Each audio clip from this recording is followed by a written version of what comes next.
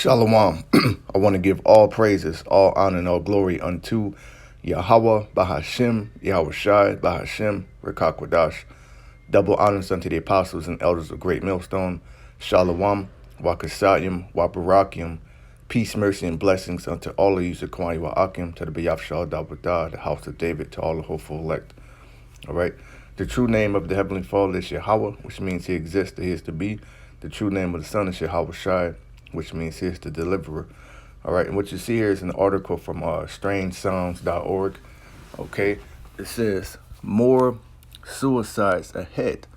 Drought is forcing farmers in Colorado to make tough choices to survive. Okay. So what's happened is that the mighty Lord, Yahweh Bahashaam Yahawashi, is sending plagues that these people, all right, these Edomites, these devils that are in power, all right, they're being baffled and confounded by, and there's no way they can drive them away. And this is going to have a domino effect upon man, beast, and the earth itself, okay? Not long ago, the red sandstone walls of the Dolores River Canyon in southwestern Colorado towered over roaring rapids that teemed with native fish. Now it's largely empty. Okay, that's man. The prophecies are speaking. Everything that is written, it is coming to pass. Okay, so all of you people that think you're gonna bug out and live in the wilderness somewhere, by the time your ass get there, that river gonna be dried up, which means you ain't gonna be able to live off the land. You're not gonna be able to drink from the river, the stream. There won't be no fish there. Call LAWYA. Y'all Bahashaam Yahawashi, man. This place is utterly finished from the east to the west, from the north to the south. Okay, drought has left the once robust river a ribbon of cobblestones, a trickle of water, and small, shallow pools. Okay, and I do have a few videos. I'm just going to read a little bit more, then I'll get to those videos, and we'll hit some precepts. All right, and I pray that this is edifying and informative and comforting. It says, it's really an unfortunate and tragic, incredible canyon with sort of a meek river that was once really a giant, wonderful symbol of the Wild West, said Jim White, an aquatic biologist for Colorado Parks and Wildlife. Low water levels in the river leave fish like blue-head sucker and round-tailed chub, excuse me, with nowhere to go, White says. Fish have been around and on the river for over 1 million years, up to 2 million years, he says. These fish have evolved with low and high flows so they can handle a certain amount of that. But what they can't handle is essentially a dry channel, right? Because what the Lord is doing, all right, is He's withholding the rain, all right, which and then in turn is causing a drought, which is causing these rivers to dry up, which is causing these fish to dry, and also they use this water for what? Energy. So this is going to result in a lot of things, man. Drought, the death of animals, famine, and blackouts. Okay? Dominoes. All right? The Most High, man, you can't play with the Most High, man. The drought is also hitting farmers in Colorado and all across the West. And it's not just Colorado, man. It stretches far than this, man. Okay? It's going to affect all of America. There was so little water this year that farmers who use water from the Dolores River to irrigate their fields got a fraction of what they usually get. Those farmers are forced to gamble on a future that's becoming less and less likely to predict. All right. It says farmers at one ranch planted crops on a fraction of their fields. Now I'm going to stop here. I got a few videos that I need to play. Okay. Let's see. Just play some of these videos. Now this is the first one I got off YouTube. As it pours today on the Front Range, the governor's declared a drought emergency. The Dolores River in southwest Colorado is dry in places, as in no water flowing in the riverbed. It's the river we told you about last week, where wildlife workers asked people not to fish there because low flows and hot water have fish just trying to survive. No fish there. The USGS tracks the flows, and near Bedrock, Colorado, west of Nucla by the Utah border, the river is flowing at 0 cubic feet per second. Been like that much of the last week, other than a brief spike on June 27th. The 30-day picture for flows in the Dolores is not much more encouraging. Started June running about 7 cubic feet per second. Typical for that area this time of year is 66 cubic feet per second. The Colorado River District says the Dolores is running better where it meets the San Miguel. Near Gateway, stream flows at 245 cubic feet, but that's about a third of its normal flow. Yeah, so that river over there is through. All right, and the people that, around there, they're through. And it continues here. There is a chance we might get a little more moisture next week, but we really need a lot. At the top of the show, we talked about the drought monitor. There it is graphically for you. You can see most of the state has some form of drought going on. So let's jump right in and see where the moisture is. Yeah, man. So these droughts, these droughts are terrible. Now, this is about a 10-minute video. I only got about 7 minutes of it. It's a very good watch, though. What a mess. What an absolute mess. I mean, each time you say, oh, this is different than it was. What's it going to be like in October? What's it going to be like next April? There isn't a lot about the Colorado River that Jack Schmidt doesn't know. He's been making research trips on it for decades. But he's never seen the river that... And just like it says in the book of Ecclesiastes, the 12th chapter, about how the keepers of the house shall tremble.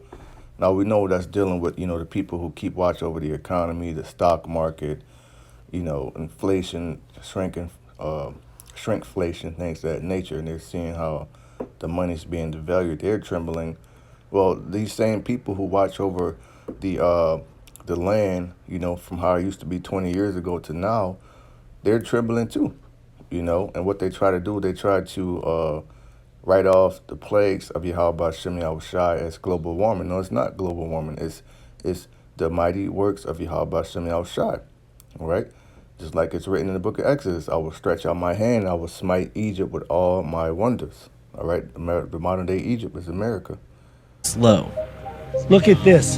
Yeah, you used to be able to back a truck in here right into the water. Is this new this year, essentially? Yeah, it's happened within the past 6 months. I am stunned by how horrible this is. The Colorado is the lifeline of the American Southwest. It runs nearly 1,500 miles, supplying water and electricity to 7 states and Mexico. Some 40 million people rely on its resources. 40 million people rely on the resources of this river, man. Okay, so you can expect the price of water to go up, the cost of living, your water bill, from these people in the surrounding area, and you have that song or that saying that it never rains in Southern California. So it's known for being a very dry area, man. All right, and now the Most High, he's withholding the rain even more. All right. But 20 years of drought made worse by climate change have brought things to a moment of crisis. See, 20 years of drought made worse by climate change. No, who sends droughts? All right, who does anything? It's YAHAWAH BAHASHAM, all right? Because it tells you in Isaiah that the Most High makes peace and creates evil. I, YAHAWAH BAHASHAM, do all these things, okay? So for the Lord to send a drought on this earth, and that's going to be evil. That's going to create evil. Evil is a compound word meaning bad time. This is creating bad times for people, all right? And not just people, the land, the different species, the animals, the insects. It's going to have a domino effect upon all of this ecosystem, all right? Which is why we see how the fish are being taken away, okay? So what about different animals like bears, things of that nature that eat the fish? Well, they're going to have to start migrating or eating other things, you see? This part of the river was once the upper end of Lake Powell, one of the 2 main reservoirs. Lake Powell filled for the first time in 1980. That concrete ramp was filled with houseboats, people backing in motorboats, people water skiing, and now look at that. Essentially, 1999-2000 was the last time the water was up at the base of that concrete ramp. I'm gonna pause it right there. We're gonna get some precepts, man. All right, because this is beautiful. This is the book of Hosea, chapter 4, and verse. I'm gonna start at 1. Hear the word of YAHAWAH BAHASHAM YAHWASHI, ye children of Israel. All right, now the children of Israel consist of 12 tribes, not just one tribe. There's 12 tribes. Now today, we're being called by bywords and proverbs such as black, colored, Negro, Haitian, Jamaican, West Indian, Cuban, Hispanic, Latino, Dominican, Puerto Rican, Mexican, so forth and so on. But we actually make up the lost 12 tribes of Israel. Okay, and of course, Native American and Seminole Indian. Okay, for YAHAWAH BAHASHAM YAHWASHI had a controversy with the inhabitants of the land. Okay, and when you go into that word controversy in the blue letter, it means a case at law. So let's just get it, you know, because it's good to look up. It's good to look up words because that helps you get a better understanding. All right.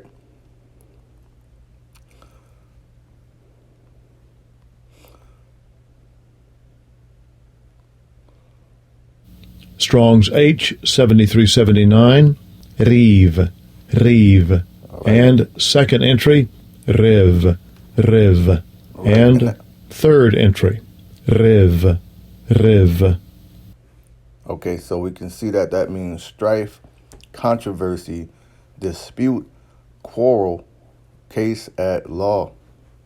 Okay, see, Yahawah BAHASHAM YAHWASHI got, he's taking this place. He's judging this place according to his law, right? Did not you Edomites take up the Bible? As is written in Psalm, what hast thou to do to declare my statutes, right? I believe Ronald Reagan said that the Bible is the rock of this land. You claim to be the Christians, the people of the Bible? Well, now you got to be judged out of this book, all right? And furthermore, the children of Israel are here, all right? So wherever the children of Israel are, that's where Jerusalem is, man. Okay, for YAHAWAH BAHASHAM YAHWASHI had a controversy with the inhabitants of the land because there's no truth, nor mercy, nor knowledge of YAHAWAH BAHASHAM YAHWASHI in the land. All right, now when you go to the book of John, YAHWASHI told, I believe he told his disciple, you know, Apostle Thomas, that I am the truth, the way, and the life. But here in America, you don't know about YAHWASHI. You know about Jesus Christ, who is a very effeminate character with long blonde hair, all right, which is leprosy, and leprous skin and blue eyes, all right? And that's not the description of him. Scripture describes him as an austere man who had a voice of many waters, who spoke with authority, all right, and who came to save his people from their sins, all right? There is no mercy here. All right, there's no mercy here, especially if you're an Israelite man. At that, they lock you in prison, right? Football numbers, the cops could pull you over, beat you. You could end up homeless here with a college degree. All right, there's no mercy here, man, nor knowledge of YAHAWAH BAHASHAM YAHWASHI, right? Which is why you have people, you know, alphabet people changing their kind, you know, things of that nature, man. So the Lord is angry. All right, if the Lord, if he destroyed the old world during the time of Noah, all right, what do you think he's getting ready to do now? Okay, if he sent fire and brimstone on Sodom and Gomorrah and saved Lot and his 2 daughters because his wife looked back, okay, she turned on him, what do you think he's going to do to this place? And those were examples of what would happen when people would turn to wickedness, man. Okay, it says by swearing, right, and lying. They're lying to you on the TV all day fucking long. All right, everything on that TV is a lie, and it's meant to turn you away from the Most High. Okay, and killing, right? We see killing all the day long. Hell, I just seen another article. I believe it was on Zero Hedge. 40 people were shot and 10 people died. You know, because there's less and less police due to the M dates, man. All right, adultery. Every song is about not a man with his own woman, which would be righteous, you know, and them loving each other, but about him getting the next man's woman, you know. They break out and blood touches blood, okay? And this is what happens on a daily here in America. And you put Jake at the forefront to do it with music, entertainment, sports, things of that nature. And then everybody on the earth follows it, man. All right? Everybody's under that vibration of wickedness. All right? And I just saw a video, it was on Instagram, of how these, which they could have been Israelites because our people are scattered everywhere.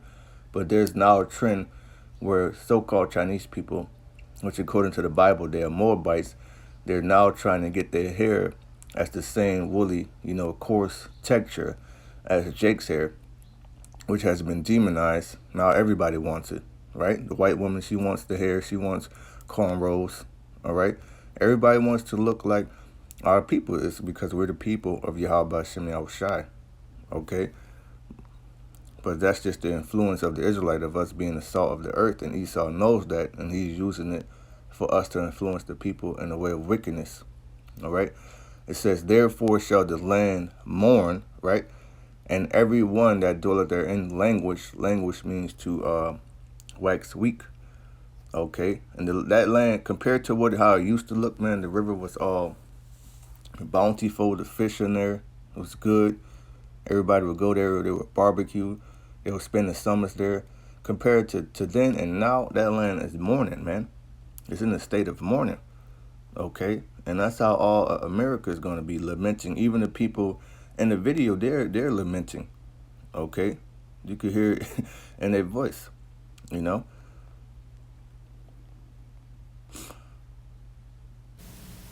Strong's H 535. Amal. That's the word. Gesenius lexicon.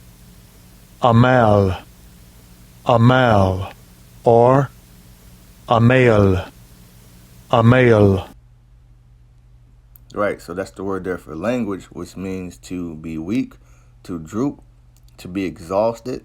All right, you got to remember another thing is that Yahawah Bahashaam gave us a land Sabbath, okay, which we actually, let me just try to find that, you know, because he doesn't keep nothing in the scriptures, yet he has it in his courtroom and he makes you swear on it, you know.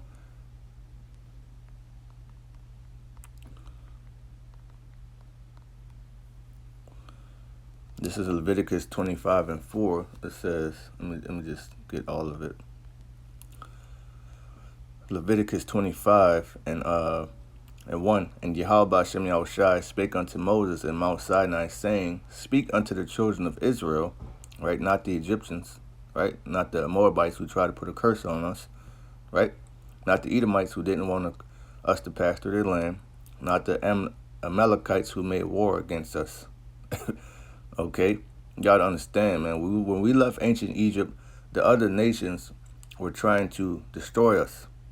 Okay, and say unto them, when you come into the land which I gave you, then shall the land keep a Sabbath. A Sabbath is a rest, just like you have a Sabbath day. That's the time for you rest unto Yahawah Bahashaam. So there's a time where you're supposed to allow the land to rest. Okay, but this land has never been in a state of rest. It's constantly being worked, right? And sucked dry of oil and natural resources, right? 6 years thou shalt sow thy field, and 6 years thou shalt prune thy vineyard, and gather in the fruit thereof. But in the 7th year shall be a Sabbath of rest unto the land, a Sabbath for Yahawah Bahashaam, and thou shalt neither sow thy field nor prune thy vineyard, right? Everything needs a rest, man. The earth has a spirit just like you has a spirit, all right? You work 8 hours a day and you get 2 breaks and a lunch, but you don't think the earth needs a rest, okay? But that's because there's no knowledge of Yahawah Bahashaam in this land. It says, that which groweth of its own accord of thy harvest thou shalt not reap, neither gather of the grapes of thy vine undress, for it is the year of rest unto Yahawah Bahashaam, and that's righteous, okay? And the Sabbath of the land shall be meat for you, meaning whatever grows on it, just let it grow. Don't mess with it. That's going to be for the less fortunate, okay? And for thy servant, and for thy maid, and for thy hired servant, and for thy stranger that sojourneth with thee, and for thy cattle, and for the beasts that are in the land, shall all the increase thereof be meat. Okay. Let's go back to Hosea. Hosea 4:3. Therefore shall the land mourn, and everyone that dwelleth therein shall languish with the beasts of the field. The beasts of the field, their language. You know, this man is causing trees and beasts to go damn near, if not extinct, every day. Okay. And with the fowls of heaven, yea, even the fishes of the sea also shall be taken away. All right, so let's go back onto this video. It's lower than it's ever been since it filled. It's not only Powell. Lake Mead, the river's other major reservoir above the Hoover Dam, is only about a third full. Unless things change, which they won't. This month, officials will declare a Tier 1 shortage for the first time ever. That means next year, major cutbacks are coming, starting with Arizona farmers. When that happens, a lot of farms will look like Nancy Kaywood's. She relies on water from another river, a tributary to the Colorado. But it got so low, she was totally cut off in April. So this out here, just looking at this, I mean, is this... Take a look. Is this dead now? Well, we don't think it's going to green back up. What were you growing here? Alfalfa. Uh-huh. See the seed lines? Uh-huh. And how it's just all dead. Our dam has no water. We have no water, period. So this is my granddad, and he bought the farm in about 1930, and here he's in the 40s, and he's listing a field getting ready to plant cotton. It's an amazing photo. It's about the only picture I have of him on the farm. And this is our family. This was out in a cotton field. It's really hot. Everybody's squinting. It was in August. What I'm struck by looking at this picture, you said it's August, but you're standing in a bright green field. Beautiful green, and it's right over where that dead alfalfa is. Isn't that gorgeous? And that was taken in 2019. I feel like we've been talking about this moment as a future thing for a long time. This idea that there's going to be a time when we have to reduce water usage. We have to pay attention to that. But being out here, it feels like that moment's here already. It's here. Here we are. And there's no turning back. No. Right now, the population is not going to feel affected. Farmers are going to feel it. Does that create a little bit of a divide where farmers are in this place where you're Well, it you're doesn't taking seem the fair brunt? to me. Yeah. You know, yeah, I think it does. There's a big push for land development here, encouraging industry to come in here, you know, new businesses, which means more homes. And as that happens, they're going to be using water just like we are. The decisions over who loses water first were largely made back in 2019 as part of a drought contingency agreement between the states that use the river. It took 6 years to work out and was set to expire in 7. That means negotiators are already starting to worry about how they'll do it all again, with many states still trying to build new pipelines and developments, and even less water to go around. Tom Bushatsky is responsible for making Arizona's case and navigating all of these tensions. Starting with the drought contingency plan discussions in 2018 and 2019, we have been talking about climate change and the hotter and drier future, really putting that point out there to the water users that we have to be prepared for that. And I think a lot of what's going on with the Colorado River is the hotter, drier future is already here, and it might get a little bit worse. Is it fair that farmers who ostensibly are doing something that's sort of essential, growing food for us to live, that they're having to cut back when other people are watering their lawns and not having to limit their shower length? That is a debate that has been growing, but the way the legal priority system works for water supplies, the farmers have that lower priority than the cities. Do you think as this gets harder over the coming years that the interstate negotiations are going to get trickier? So the harder it is in your state, the harder it will be between the states. So the answer is clearly yes to that question. It remains to be seen what will happen. I know that we collectively will negotiate something. We will. What it's going to be, I don't know. When it's going to be, I don't know, but failure is not an option. It isn't. Because otherwise, Mother Nature's going to take over. There are no easy answers for this, are there? There are not. And in water, there never are. Do you think we're at a critical point? I think we're at a point where the old ways will not suit us going forward. So we are at a political critical point. or we need to really have hard-nosed talk. Okay, so this is back in the article here from strangesounds.org. Okay, continuing off, it says, there was so little water this year that farmers who use water from the Dolores River to irrigate their fields got a fraction of what they usually get. Those farmers are forced to gamble on a future that's becoming less and less likely to predict. Okay, so, and by the way, some of the videos I had, showed, you can find them in this very article here. You can see that one's only 15 seconds, and the other one's about 10 minutes, but I didn't play all of it. But we pretty much got what we needed out of it. It says farmers at one ranch planted crops on a fraction of their fields. The McPhee Reservoir in Dolores, Colorado, moves water through canals to farms dozens of miles away. The water levels at the reservoir are down more than 50 feet in parts. It's so low that entire lands in the reservoir that should be underwater are visible. All right. Across the Colorado River Basin, which includes the Dolores River and McPhee, higher temperatures are making the landscape drier. Drier grounds and higher rates of evaporation make it harder for water from snowmelt and rainfall to reach its destination.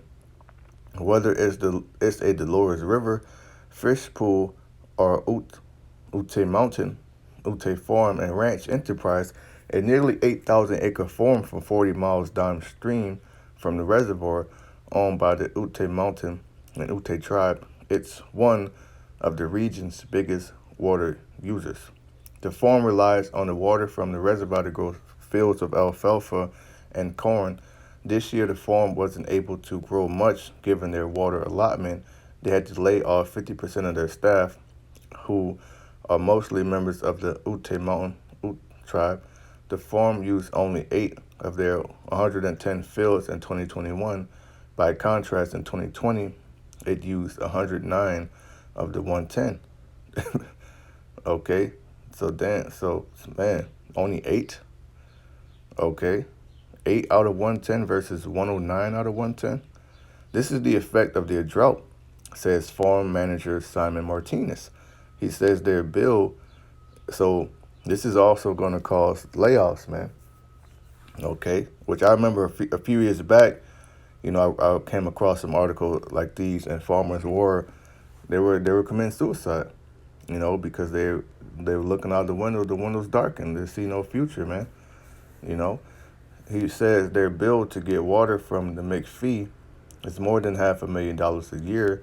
That's whether they get all of their allocation or just a sliver like they did this year. Okay, we have been able to pay that through the years. The last 17 years irregularly is an issue now because of what we're dealing with, he says. Now that we've had to go to this direction, in time before, this is new ground for everybody because there was no crop, there was no income, there was no revenue. To cover its costs, the farm had to rely more on its corn milling business, which has been a lifeline this year, Martinez says. I've seen a lot of fluctuation in the climate itself, he says, but lately this year's the worst. Farmers are gamblers and the nature is setting the odds. All right. Father and son farmers Brian and Landon Wilson are facing a similar situation. Their family has been farming in southwest Colorado since the early 1900s. Like the Ute Mountain Farm, they grow alfalfa using their water allotment from the McPhee Reservoir. This year, they produced far less than they normally do. We had 1.7 inches of water available to us as farmers. Full allocation is 23. Okay. Brian Wilson said it's not looking much better for 22 than it did for 21. All right, so it's really over. This is going to lead to even the death of animals. Okay, so the staff of bread is definitely being broken. Okay, this is 2nd Esdras 15 and verse 10. Behold, my people is led as a flock to the slaughter. See, what's happening right now is that, with this whole Jim Jones Jews, which that's going to transition into the charagma, okay? Our people are being led down a dark path to destruction because now they're after your children. You know, if you go and get your children a Jim Jones juice, then you pretty much passing them through the fire. You know, who knows what type of adverse reaction that could cause, or even death, you see. I will not suffer them now to dwell in the land of Egypt. The modern day Egypt is America, the house of bondage. Okay, and mind you, we are yet this day in our captivity, but you have a lot of our people who still think they're free, right? But I will bring them with a mighty hand and a stretched out arm, and smite Egypt with plagues as before, and will destroy all the land thereof. So what did the Lord do in ancient Egypt? He sent locusts, all right, destroyed their crops. He killed their cattle. He pretty much destroyed Egypt's economy and army. Okay, when we left out of Egypt, you gotta understand, it was nothing to go back to, man. Yet you had simple as niggas who talking about we should go back for the garlics, and it's nothing to go back to. It's done. It's true. There was a lot of death and destruction when YAHAWAH BAHASHAM got through with Egypt. And the same thing is going to happen to America, Babylon the Great. Okay, and even worse plagues are going to be sent here because guess what? The nukes, that's a plague. All right, tells you in Zechariah 14:12 that this shall be the plague. All right, and smite Egypt with plagues as before. So the Lord is going to do worse. You know, he's already sending locusts. The rivers are drying up. They're turning red. There's going to be hell. There's going to be darkness. There's going to be a lot of death upon the cattle. Okay? It says Egypt shall mourn, right?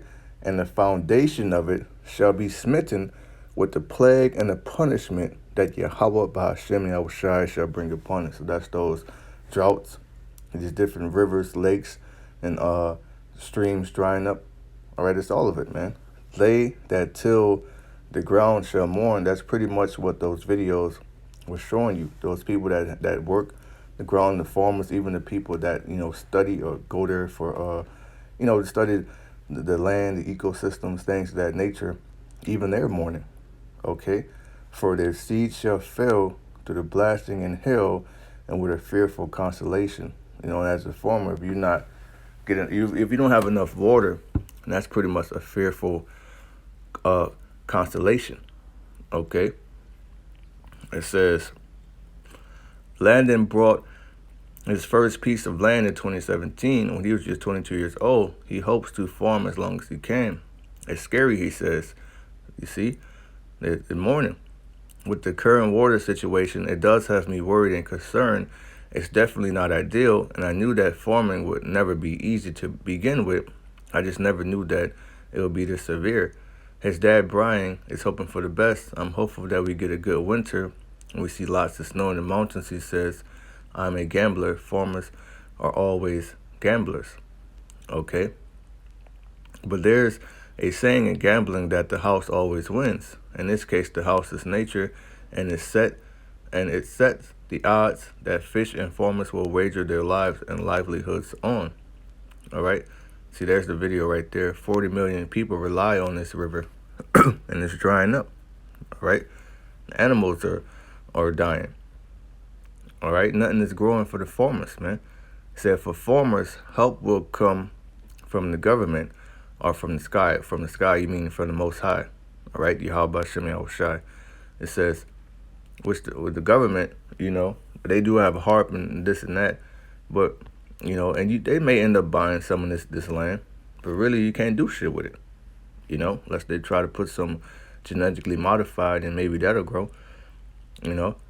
It says Ken Curtis, the general manager of the Dolores River Water Conservancy, which manages the reservoir and distributes the water to farmers and residents, wishes he knew when things will get better.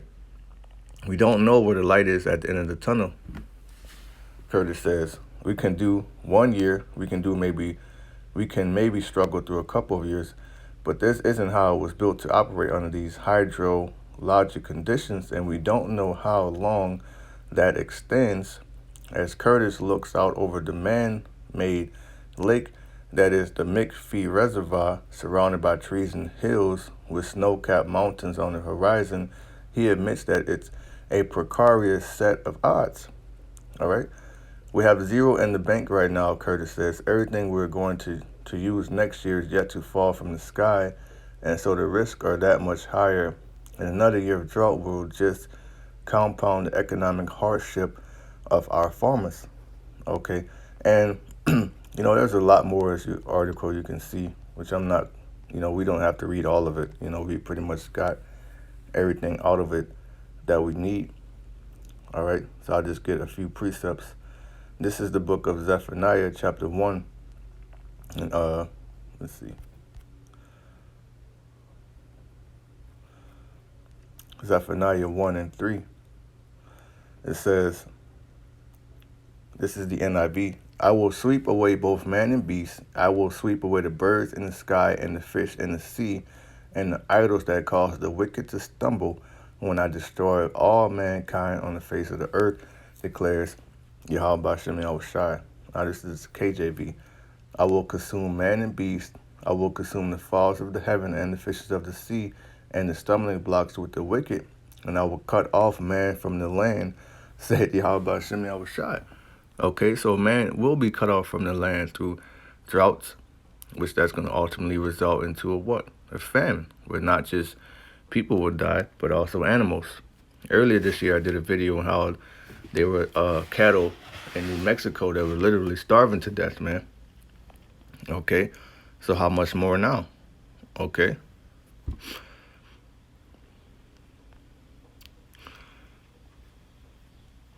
This is the book of Amos, chapter 4, and verse, gotta start at 6. This is Amos 4 and 6. This is the NIV. I gave you empty stomachs in every city and lack of bread in every town, yet ye have not returned unto me, declares YAHAWAH BAHASHAM. All right, this is how it reads in KJV. And I have also given you cleanness of teeth in all your cities, which that's pretty much, metaphorically speaking, of a famine. Okay, and want of bread in all your places, yet have you not returned unto me, said YAHAWAH BAHASHAM. And that's here. The price of food is going to go up. Pretty soon there will be no food in these stores, which is going to result into people turning on one another. Friends shall fight like enemies, and also a man shall have no pity upon his neighbor, right? And just playing out, a lot of people are just going to starve. People are already starving in North Korea, man. Okay. As you can see right here, eternal reports say people are starving to death in North Korea as winter looms. So this is not just going to be North Korea. This is going to be a global thing. Okay.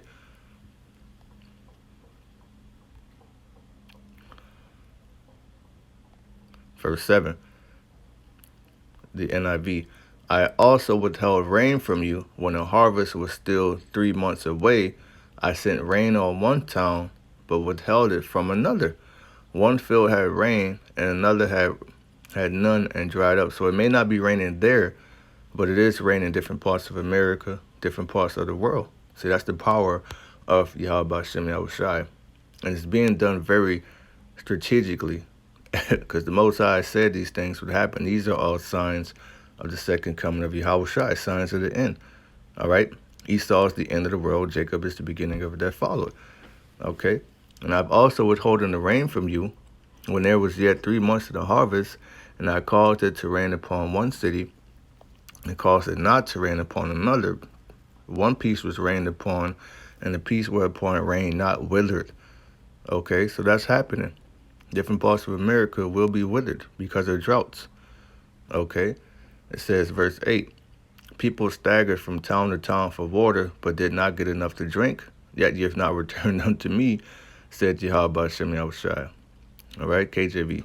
So 2 or 3 cities wandered unto one city to drink water, right? That Run River supplies water to 7 different states. Okay?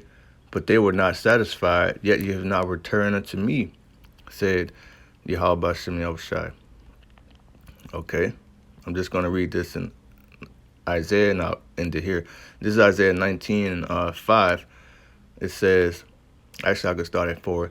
And the Egyptians will I give over into the hand of a cruel lord, with the Egyptians or the Americans. All right, and that cruel lord, you can pretty much say that that's Mr. Joy.